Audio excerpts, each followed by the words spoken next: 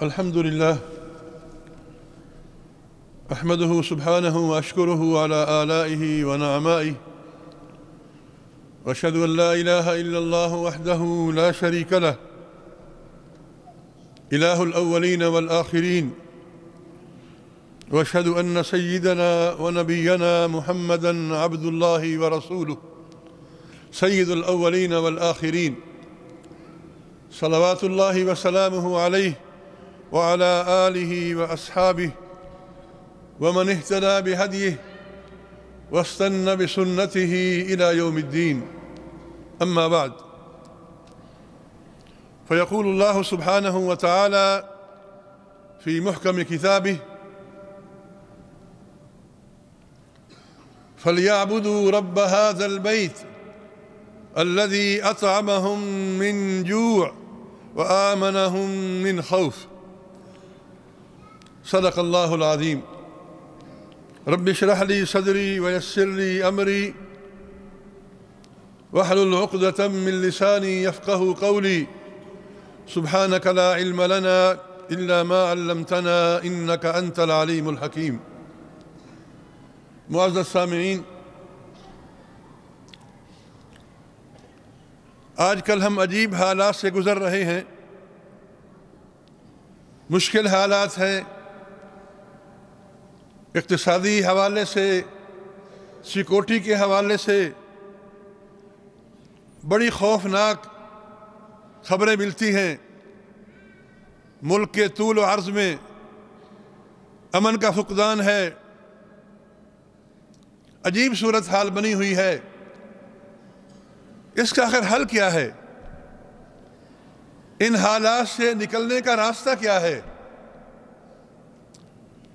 دیکھیے، اللہ تعالیٰ نے اور رسول اکرم صلی اللہ علیہ وآلہ وسلم نے اپنے ارشادات میں ان حالات سے نکلنے کا راستہ بتایا ہے. ایسے نہیں چھوڑ دیا ہمیں، نہیں، راستہ موجود ہے. لیکن اصل کام، اصل بات اس کو اختیار کرنے کا ہے، ان احکامات پہ عمل کرنے کا ہے. میں نے ابھی آپ کے سامنے سورۃ قریش کی آخری آیت پڑھی ہے، چھوٹی سی آیت ہے. اللہ پاک فرماتے ہیں: فَلْيَعْبُدُوا رَبَّ هَذَا الْبَيْتِ. ارے عبادت کرو اس گھر کے رب کی، یعنی بیت اللہ.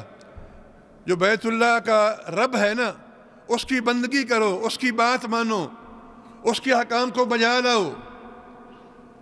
الذی اطعمہم من جوع، جس نے بھوک کی حالت میں تمہیں کھانا دیا.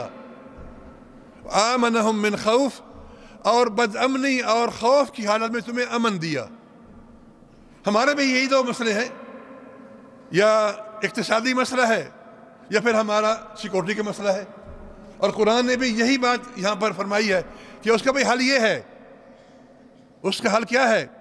فَلْيَعْبُدُوا رَبَّ هَذَا الْبَيْتِ. بھائی میرے بھائیوں، عبادت کا معنی صرف نماز پڑھنا نہیں ہے. عبادت ایک مکمل جامع بیان ہے. آپ حرام نہ کھائیں، ظلم نہ کریں، جھوٹ نہ بولیں، لوگوں کا حق نہ ماریں. یہ ساری عبادت ہے. اور کیا ہے؟ عبادت کا ایک بڑا جامع مفہوم ہے جو ہم نے سمجھ رکھا ہے. نماز روزہ پڑھ لینا یہ عبادت کا ایک حصہ ہے، یہ پوری عبادت نہیں ہے. عبادت ہر اس چیز کا نام ہے جسے اللہ نے کرنے کا حکم دیا ہے اسے کرنا، اور جس چیز سے روکا ہے اس سے بچنا. وہ دنیاوی معاملات ہوں، تعلقات ہوں، صلہ رحمی ہو، دکانداری ہو، کاروبار، جو بھی ہو، اس میں اللہ تعالیٰ کے احکام کو پورا کرنا عبادت ہے. اللہ کی نافرمانی سے بچنا عبادت ہے. تو قرآن یہ کہہ رہا ہے کہ ہم نے آپ کو ضابطہ دے دیا ہے، ایسا کرو. اگر کرو گے تو اقتصادی مسائل بھی حل ہو جائیں گے، اور آپ کے امنی اور سیکورٹی کے مسائل بھی ہم حل ہو جائیں گے. اور بڑا دکھ سے کہنا پڑتا ہے کہ آج کل ہم ان دونوں نعمتوں سے محروم ہیں. اقتصادی حالات سے بھی ہمارے حالات برے ہیں، اور سیکورٹی حالات تو اس سے بھی برے ہیں. سچی بات ہے، دل آنسور ہوتا ہے خون کے جب کراچی کے حالات دیکھتے ہیں. وہ ظالم آیا، اس نے پستول نکالا، سب کچھ چھین کے لے گیا. کچھ بھی کوئی نہیں کر سکتا. لگتا ہے حکومت ہی کوئی نہیں ہے، کوئی ذمہ داری کوئی نہیں ہے. ایسی کیفیت پیدا ہو چکی ہے کہ اقتصادی حالت کی یہ حالت ہے، اقتصادی حالات کا یہ عالم ہے، یہ حالت ہے کہ بعض لوگ اپنے بچے بیچنے پر مجبور ہو گئے ہیں، اور آپ اخبار سنتے ہیں، پڑھتے رہتے ہیں۔ اور بدامنی اور خوف کا یہ عالم ہے کہ کوئی شہر، کوئی گلی، کوئی محلہ، یہاں تک کہ ہماری عبادت گاہیں بھی محفوظ نہیں ہیں، تو کیا رہا باقی ہمارے پاس؟ نہ امن ہے، نہ رزق کی خوشحالی ہے، نہ آسودگی ہے، اور نہ سکون ہے۔ معزز سامعین، یہ امن اللہ کی بڑی نعمت ہے، اس کی قدر کریں۔ اللہ تعالیٰ نے اہل مکہ پر اس زمانے میں جب وہ نافرمان تھے ان پر اپنا احسان جتلاتے ہوئے فرمایا اولم یروا انا جعلنا حرما آمنا ویتخطف الناس من حولہم، اے مکیوں تم دیکھتے نہیں ہو کہ ہم نے تمہیں امن کا گہوارہ جگہ دی ہے، مکہ تمہیں امن کا گہوارہ بنا کے دیا ہے، ویتخطف الناس من حولہم، اور لوگ تمہارے ارد گرد جو علاقے ہیں وہاں سے اٹھا لیے جاتے ہیں، لوگ ان کو اٹھا کے لے جاتے ہیں، اور ہم نے تمہیں امن کی نعمت سے مالا مال کیا ہے، قدر نہیں کرتی اس نعمت کی۔ اور حضرت ابراہیم علیہ السلام نے نعمت کی، امن کی اس نعمت کو اجاگر کرتے ہوئے اللہ سے دعا کی تھی، رب اجعل هذا البلد آمنا وارزق اہلہ من الثمرات، اے میرے پروردگار، اے مکے کے شہر کو، اس علاقے کو امن کا گہوارہ بنانا اور یہاں رہنے والوں پر رزق کی وسعتیں عطا فرمانا۔ اور میرے بھائیوں، ہمارے نبی کریم صلی اللہ علیہ وسلم نے تو امن اور رزق کی وسعت کو دنیا کی سب سے بڑی نعمت قرار دیا ہے۔ آپ نے فرمایا من اصبح آمنا فی سربہ معافا فی بدنہ وعندہ قوت یومہ فکأنما حیزت لہ الدنیا بحذافیرہا۔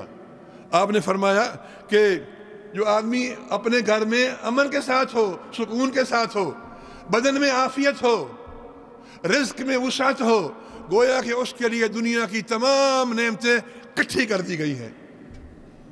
یعنی یہ دو چیزیں اگر میسر ہیں، امن بھی ہے، رزق بھی ہے، تو گویا اس کے لیے دنیا کی تمام نعمتیں اکٹھی کر کے اس کو دے دی گئی ہیں۔ اور اللہ تعالیٰ نے یہ بھی دیکھیں، اللہ تعالیٰ امن کو جنت کی سب سے بڑی نعمت قرار دیا اور فرمایا ادخلوها بسلام آمنین، سلامتی کے ساتھ، امن کے ساتھ داخل ہو جاؤ۔ معزز سامعین، یقین جانیے امن کے بغیر زراعت ہے نہ تجارت، ڈیولپمنٹ ہے نہ ترقی ہے، نہ علم ہے نہ عمل ہے، نہ جان محفوظ ہے، نہ مال محفوظ ہے، نہ عزت محفوظ ہے۔ اور دکھ سے کہنا پڑتا ہے کہ ہماری حالت تو آج کل یہ ہو چکی ہے کہ چاروں طرف تڑپتے لاشیں ہیں، خون ہی خون ہے، قتل ہی قتل ہے، ظلم ہی ظلم ہے۔ کہیں کوئی چیخ سنائی دے تو دیکھنا اسی قوم کی ہوگی، اگر کسی کی بیٹی کی عزت لٹے دیکھنا اسی قوم کی ہوگی، اور اگر کسی گھر سے دھواں نظر آئے دیکھنا اسی قوم کا ہوگا۔ معزز سامعین، یہ امن کی نعمت ہم سے کیوں چھن گئی ہے؟ یہ ہم سے کیوں لے لی گئی ہے؟ اس کی وجہ کیا ہے؟ اس کا جواب قرآن نے دیا ہے۔ قرآن کہتا ہے وَضَرَبَ اللَّهُ مَثَلًا قَرْيَةً كَانَتْ آمِنَةً مُطْمَئِنَّةً، اے سننے والو، میں ایک مثال دے رہا ہوں، اللہ فرما رہے ہیں میں ایک مثال دے رہا ہوں، کس کی؟ ایک شہر کی، ایک ملک کی، ایک قوم کی۔ کیا مثال ہے؟ کانت آمنۃ مطمئنۃ، بڑا امن تھا ان میں، بڑا سکون تھا، رزق کی فراوانی تھی، لوگ خوشحال تھے، اور یقین جانے یہی حالت تھی پاکستان کی جب پاکستان بنا تھا۔ اپنے بزرگوں سے پوچھ لو اگر کوئی زندہ ہے تو، یہی کیفیت تھی، بڑا امن تھا، بڑا سکون تھا، رزق میں بڑی برکت تھی۔ یار ہمیں یاد پڑتا ہے، ہم چھوٹے چھوٹے تھے، ہماری نانی دادیاں جو اس زمانے میں موجود تھیں، اگر کوئی فقیر مانگنے کے لیے آتا نا تو گھر میں ٹوپا ہوتا تھا آٹے کا، وہ ٹوپا بھر کے دے دیتی. آپ کو بھی یاد ہوگا، اچھا بھلا بڑا برتن ہوتا تھا، وہ اللہ نے دے رکھا تھا، رزق کی فراوانی تھی، امن تھا، سکون تھا، دروازے کھلے پڑے رہتے تھے، کوئی فکر نہیں ہوتی تھی. یہ کیفیت تھی. کانت آمنتاً مطمئنتاً، بڑا امن تھا، سکون تھا، رزق کی فراوانی تھی، لوگ خوشحال تھے. قرآن نے کہا وَضَرَبَ اللَّهُ مَثَلًا قَرْيَةً، اللہ تعالیٰ ایک قریہ کی، ایک شہر کی، ایک ملک کی مثال دے رہا ہے. اگر یہاں پر قریہ کا لفظ نکال کر پاکستان کا لفظ ڈال دیا جائے تو پوری طرح فٹ آ جائے گا مانوی اعتبار سے. گویا قرآن یہ کہہ رہا ہے، اے پاک دھرتی کے مکینوں، میں نے تمہیں ایک خوبصورت پر امن ملک دیا، اس کے چپے چپے سے نعمتوں اور رزق کے چشمے نکالے. پاکستان جیسی زمین کس کے پاس ہے؟ مجھے بتائیں آپ. سوات کا پھول ہو، ساہیوال کا کنو ہو، حافظ آباد کے چاول ہوں، ملتان کے آم ہوں، یہ کہاں ملتی ہیں دنیا میں؟ کہیں نہیں ملتے میرے بھائیو، صرف ہمارے یہاں ملتے ہیں، دنیا میں کہیں نہیں ملتے. اللہ نے زمین کا ٹکڑا چن کر دیا ہے، یہ لو. مگر ہم نے کیا کیا؟ ہم نے کیا کیا؟ قرآن کہہ رہا ہے فَكَفَرَتْ بِأَنْعُمِ اللَّهِ، ارے میں نے تمہارے ساتھ یہ کیا، تمہیں یہ عطا کیا، ارے تم نے کیا کیا؟ فَكَفَرَتْ بِأَنْعُمِ اللَّهِ، پھر تم نافرمان ہو گئے، باغی ہو گئے، سرکش ہو گئے، کرپٹ ہو گئے، ظالم ہو گئے، راشی ہو گئے، متکبر ہو گئے، سود خور ہو گئے، زمین پر اللہ کے باغی ہو گئے. ہم نے یہ کیا اور تم نے یہ کیا. پھر آگے کیا ہوا؟ ہم نے کیا کیا اس کے بعد؟ جب تم نے یہ سارے کارنامے دکھائے اپنے، ہم نے کیا کیا؟ فَأَذَاقَهُ اللَّهُ لِبَاسَ الْجُوعِ وَالْخَوْفِ، پھر ہم نے تمہیں بھوک کا اور بدامنی کا مزہ چکھایا جو ہم آج کل چکھ رہے ہیں. پھر ہم نے تمہیں بھوک کا، غربت کا، فقر کا، رزق کی تنگی کا اور بدامنی کا، خوف کا مزہ چکھایا. یہ قرآن کی عبارت کا لفظی ترجمہ کر رہا ہوں. فَأَذَاقَهَا اللَّهُ لِبَاسَ الْجُوعِ. ایک اور عجیب بات ہے، عربی زبان ہے، قرآن کی تعبیر ہے. قرآن کہتا ہے کہ ہم نے تمہیں بھوک کا لباس پہنا دیا اور خوف کا لباس پہنا دیا. لباس الجوع. اب لباس کا کیا معنی ہے؟ یعنی ایسی بھوک دی جو تمام جسم پر محیط ہے، ایسا خوف دیا جو سر سے لے کر پاؤں تک لباس کی طرح محیط ہے. فَأَذَاقَهَا اللَّهُ لِبَاسَ الْجُوعِ وَالْخَوْفِ. کیوں؟ بِمَا كَانُوا يَصْنَعُونَ، جو تم کارنامے کرتے تھے یہ اس کا بدلہ ہے.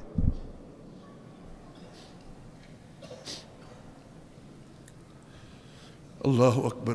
ہر طرف بدامنی ہے، خوف ہے، پریشانی کا عالم ہے. زمین کی برکتیں روٹ گئی ہیں، زمین کی رگیں بند ہو گئی ہیں، مہنگائی کا عذاب مسلط ہو چکا ہے. عام طور پر معاشروں میں 3 طبقے ہوتے ہیں، امیر طبقہ، درمیانہ طبقہ اور فقیر طبقہ. ہمارے ہاں درمیانہ طبقہ ختم ہو رہا ہے، کوئی نہیں بچ رہا. اب یہ تو اشرافیہ بیٹھی ہوئی ہے، یہ غریب بیٹھے ہوئے ہیں. رپورٹیں کہتی ہیں کہ تقریباً پاکستان کے 40% سے زیادہ لوگ غربت کی لکیر کے نیچے زندگی گزار رہے ہیں. 40 یعنی آدھے، تقریباً 11 کروڑ پاکستانی جو ہیں وہ یہ گزار رہے ہیں.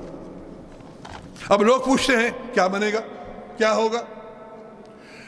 ارے میرے بھائیو، میں مایوس نہیں کرنا چاہتا، مگر یقین جانے دھوکے میں بھی نہیں رکھنا چاہتا.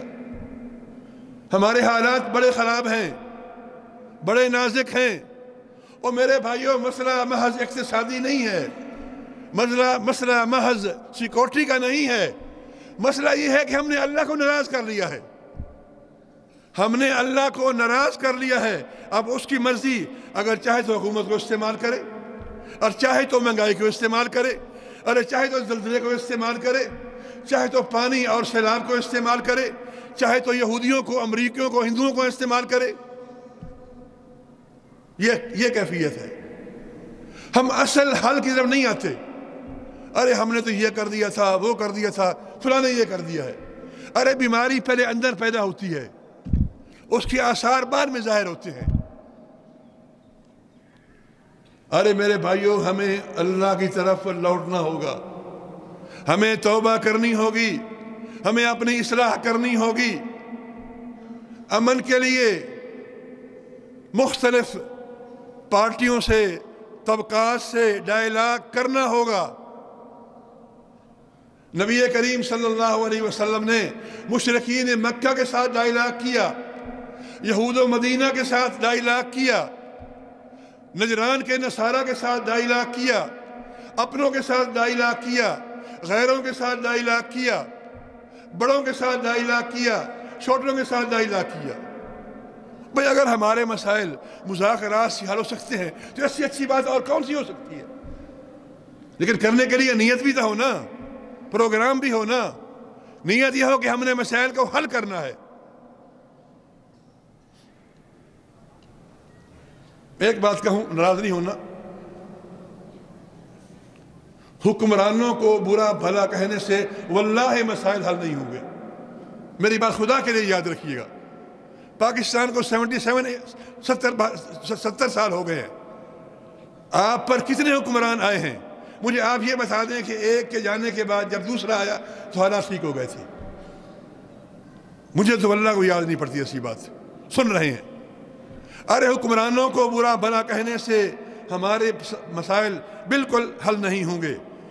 کیا ان کے علاوہ باقی لوگ جو ہیں وہ مرد جنید بغدادی ہیں اور خواتین رابعہ بصری ہیں؟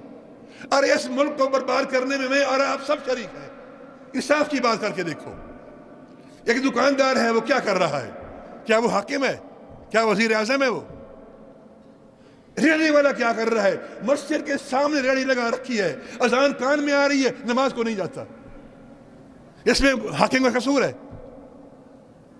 ارے ہم اس ملک کو برباد کرنے میں ہم سارے کے سارے شریک ہیں. اس لیے میں کہتا ہوں حکمرانوں کے بدلنے سے حالات نہیں بدلیں گے، اعمال کے بدلنے سے حالات بدلیں گے. خدا کے لیے یہ میری بات پلے باندھ لیں. اگر ہم اپنا ارادہ مضبوطی سے طے کر لیں کہ ہم نے ٹھیک ہونا ہے اور ٹھیک کرنا ہے، تو میں نہیں سمجھتا کہ اس میں اللہ کی طرف سے کوئی ممانعت آئے گی. اگر آپ اسلام آباد کی تخت پر جنید بغدادی، عمر ابن عبدالعزیز یا قطب زمان عبد القادر جیلانی رحمۃ اللہ علیہم، ان کو اسلام آباد کے تخت پر بٹھا دیں اور ہمارے معاشرے میں ظلم، کرپشن، حرام خوری، بدگاہی ختم نہیں ہوتی تو ہمارے حالات ٹھیک نہیں ہوتے. معزز سامعین، کچھ لوگ کہتے ہیں یہ پولیس بڑی خراب ہے ہماری، کچھ اور کہتے ہیں یار بیوروکریسی بڑی خراب ہے ہماری. اور بھائی مجھے بتاؤ تو صحیح، پولیس کتنی ہے آپ کی؟ 6 لاکھ 7 لاکھ اتنی ہوگی؟ کوئی کروڑ تو نہیں ہے. چلو 8 لاکھ صحیح. فوج کتنی ہے؟ 8 لاکھ 9 لاکھ. بیوروکریسی کتنی ہے؟ 10 لاکھ. یعنی آپ کل 30 لاکھ کہہ لیں، ملا کے 40 کہہ لیں، 50 لاکھ کہہ لیں. باقی جو 23.5 کروڑ ہیں، کیا ان میں سے مرد جنید بغدادی ہیں اور خواتین رابعہ بصری ہیں؟ مجھے یہ تو بتا دیں آپ. مان لیا 50 لاکھ بڑے خراب ہیں، راشی ہیں، ظالم ہیں، یہ ہے وہ ہے، ٹھیک ہے. اور باقی جو 23.5 کروڑ ہیں وہ کیا ہے؟ اور میری بات آپ سن لیجئے، یاد کر لیجئے. اللہ کا ایک قانون ہے، وہ کیا ہے؟ اگر کسی قوم میں اچھے زیادہ ہوں، برے کم ہوں، تو اللہ تعالیٰ کی پکڑ نہیں آتی. ہم نے کہا جی ہم 24 کروڑ ہیں اور ہم نے 50 لاکھ کو نکال دیا، 23.5 کروڑ باقی بچ گئے. مجھے یہ بتائیں ان کی حالت کیا ہے؟ میں قسم اٹھا کے اللہ کے گھر میں کہتا ہوں، اگر ان میں سے 24 کروڑ میں سے 12 کروڑ بھی ٹھیک ہوں تو اللہ کے عدل کی رسی نہیں چلے گی، ہماری حالت خراب نہیں ہوگی. میں خود نہیں بنایا کہہ رہا، حدیث کہہ رہی ہے. پوچھا گیا نبی کریم صلی اللہ علیہ وسلم سے، یا رسول اللہ انہلک وفینا صالحون، کیا یہ ہو سکتا ہے کہ ہم میں نیک لوگ ہوں اور ہم برباد ہو جائیں، تباہ ہو جائیں؟ ذلیل ہو جائیں، خوار ہو جائیں، کیا یہ ممکن ہے یا رسول اللہ؟ ہو سکتا ہے۔ سنیں جواب اپنے نبی کا، فرمایا نعم ہو سکتا ہے۔ کب؟ اذا کثر الخبث، جب برے زیادہ ہوں گے اور اچھے کم ہوں گے۔ جب برے زیادہ ہوں گے، اذا کثر الخبث، جب خبیث لوگ، برے لوگ زیادہ ہوں گے اور نیک کم ہوں گے تو یہ ہو جائے گا۔ تمہیں اس وقت تمہارے اچھاؤں سے، اچھے لوگوں سے کوئی فائدہ نہیں ملے گا، اور یہی ہماری حالت ہے۔ میں نے کہا اگر ہم بارہ ہماری بات بھی اگر ہمارے یہاں ہو جائے نا تو یہ کیفیت بڑی تبدیل ہو سکتی ہے۔ معزز سامعین،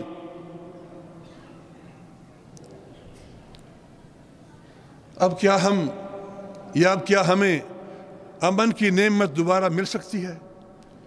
کیا یہ نعمت دوبارہ ہماری طرف لوٹ سکتی ہے؟ کیسے ہو سکتا ہے؟ کیا یہ ممکن ہے؟ ہاں ممکن ہے۔ پہلی بات تو یہ یاد رکھیے گا، ویسے میں نے پہلے شروع میں بتا دیا ہے، سورہ قریش کی جو آیت ہے فَلْيَعْبُدُوا رَبَّ هَذَا الْبَيْتِ الَّذِي أَطْعَمَهُم مِّن جُوعٍ وَآمَنَهُم مِّن خَوْفٍ۔ دیکھیں، امن محض پولیس اور رینجرز کی تعداد بڑھانے سے حاصل نہیں ہوگا۔ کیا آپ ہر پاکستانی کے ساتھ ایک پولیس مین لگا دیں گے؟ کیا یہ ممکن ہے؟ تو آپ جی نفری بڑھاتے جائیں، تھانے اور کھولتے جائیں، کریں، ٹھیک ہے آپ کا کام ہے، لیکن اس بنیاد پر کہ اس سے ہمیں امن مل جائے گا، نہیں۔ پولیس رینجرز کی تعداد بڑھانے سے یہ حاصل نہیں ہوگا۔ اسی طرح محض اسلحہ اکٹھا کر لینا، طاقت بنا لینا، اس سے بھی امن حاصل نہیں ہوگا۔ ارے روس کو اس کو میزائل اور اس کے جدید طیارے اور پتہ نہیں کیا کیا، اس کو ٹکڑے ٹکڑے ہونے سے نہیں بچا سکے۔ ایک قوم تھی، قوم عاد، لمبے لمبے قد، طاقتور جسم۔ قرآن کہتا ہے وہ کہتے تھے، چیلنج کرتے تھے، من اشد منا قوہ، ارے ہمارے جیسا کوئی دکھاؤ صحیح طاقتور کون ہے؟ کوئی چیلنج کرتے، من اشد منا قوہ، ہم سے زیادہ طاقتور کون ہے؟ اللہ کی نافرمانی کی، برباد ہوئے کہ نہیں ہوئے؟ کیا اس طاقت نے بچا لیا ان کو؟ بالکل نہیں۔